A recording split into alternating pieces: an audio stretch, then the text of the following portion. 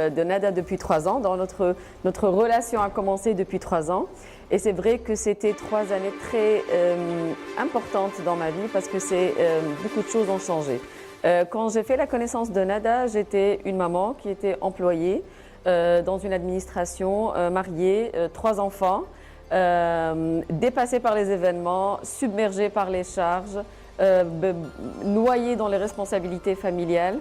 Et bonjour. Et donc, je sentais et j'avais cette frustration où je sentais que je pouvais faire plus, que je devais faire plus, que je voulais faire plus, mais j'étais enfermée dans ma vie familiale, mes enfants, mes responsabilités, et je m'étais mise dans la tête que je ne pouvais pas être autrement. Donc, j'étais toujours en conflit avec moi-même entre ce que je peux et ce que je dois. Et quand j'ai vu Nada, j'étais un petit peu dans une situation j'étais vraiment au plus bas. Et j'étais dans une situation où je devais choisir entre quitter mon boulot ou rester. Et je devais le quitter parce que je ne me sentais plus à l'aise dans ce travail et je ne sentais plus que j'étais utile. Et malgré ça, j'avais cette peur que mon employeur, alors que c'est une personne que je ne connais même pas, en fait qui ne fait pas partie de mon réseau d'amis, soit déçu de moi. Et donc je me demandais pourquoi, mais je pense à lui, pourquoi je ne pense pas à moi. Mais je n'arrivais pas à dissocier ces deux choses. Pour moi, il ne faut pas que je déçois les personnes qui sont en face de moi, même si c'est des gens que je ne connais pas. Et donc, Nada m'a invitée à discuter et j'y croyais pas trop au début.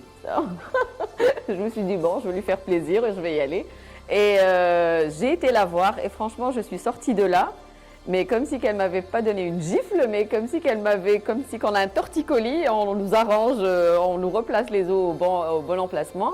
Et donc, elle m'a appris peut-être 2 choses qui ont changé tout. Premièrement, ne pas juger, ne rien juger et ne rien décider dans sa tête. Ça veut dire que toutes les choses qui me faisaient peur, c'est des choses qui me faisaient peur parce que je jugeais tout ce qui se passait autour de moi. Je donnais un jugement à tout. Et de là venait ma peur que toutes les actions que je vais prendre vont être jugées. Et donc de là, moi je suis bloquée, je ne prends aucune décision et je continue à juger les autres par rapport aux décisions qu'eux ils prennent. Le moment où j'ai compris que je ne devais plus juger, je ne jugeais plus les autres. Tout le monde a le choix et la liberté de prendre toutes les décisions possibles et c'est pas à moi de juger si c'est la bonne décision ou pas. Et quand j'ai arrêté de juger les autres, j'ai eu le courage de prendre des décisions car je ne me souciais plus du jugement des autres, car moi je ne le pratiquais plus. Et franchement, quand on décide d'arrêter de juger, on arrête d'avoir peur. C'est comme ça, c'est magique, mais c'est comme ça.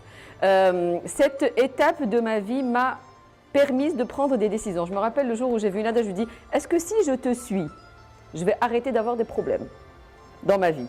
Elle m'a dit bien sûr que non, tu vas continuer à avoir des problèmes dans ta vie, mais tu vas arrêter de les percevoir comme des problèmes. Mais tu vas commencer à les percevoir comme des situations normales de la vie quotidienne. Et donc c'est comment toi tu vas voir les choses que tu vas prendre des décisions qui vont t'emmener à un résultat qui est différent du résultat initial. Et donc c'est là toute la complexité de la chose, mais toute la simplicité après des choses, une fois qu'on a changé notre vision des choses. Aujourd'hui, 3 ans plus tard, j'ai quitté mon boulot tout de suite après notre entrevue avec Nada et j'ai décidé que mes enfants pouvaient se débrouiller, j'ai décidé que mon mari pouvait se débrouiller, j'ai décidé que je m'en fous de mon employeur s'il est content ou pas, j'ai décidé que mes amis, ils doivent me suivre et c'est pas à moi de les suivre ou de les accepter, qu'ils m'acceptent quelles que soient mes décisions.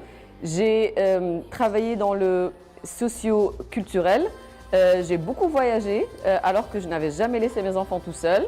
Je les ai laissés avec leur père, j'ai voyagé avec des amis, j'ai participé à des activités, à des séminaires, je me suis explorée pendant une année. Après, j'ai fondé une association qui est très active. Moi, je suis d'origine palestinienne et j'avais ce besoin d'être dans le socio-culturel palestinien car je trouve qu'on est un peuple qui est un peu on vit dans un conflit dans notre pays et ici, le besoin de nos enfants de savoir d'où ils viennent et à qui ils appartiennent pour qu'ils puissent s'épanouir correctement, on a besoin de faire ce travail sur nos enfants, sur notre communauté. Et donc j'ai travaillé sur la communauté palestinienne et ça tombait à un moment où il y avait beaucoup de problèmes en Palestine et beaucoup de réfugiés venaient ici. Donc on a on a projeté ce travail sur les réfugiés qui viennent et on a fait beaucoup de groupes mixtes entre des belgo-palestiniens et des réfugiés palestiniens. On a fait un travail extraordinaire où j'ai connu beaucoup de monde et le fait d'avoir beaucoup de connaissances, pas beaucoup d'amis, mais beaucoup de connaissances. Parce que il ne faut pas construire notre quotidien sur l'amitié, mais sur le respect mutuel. Donc je connais beaucoup de monde et je les adore et je pense que c'est réciproque. Et aujourd'hui, voilà, donc après 3 ans de cure, aujourd'hui j'ai pris la décision de passer du socioculturel au politique.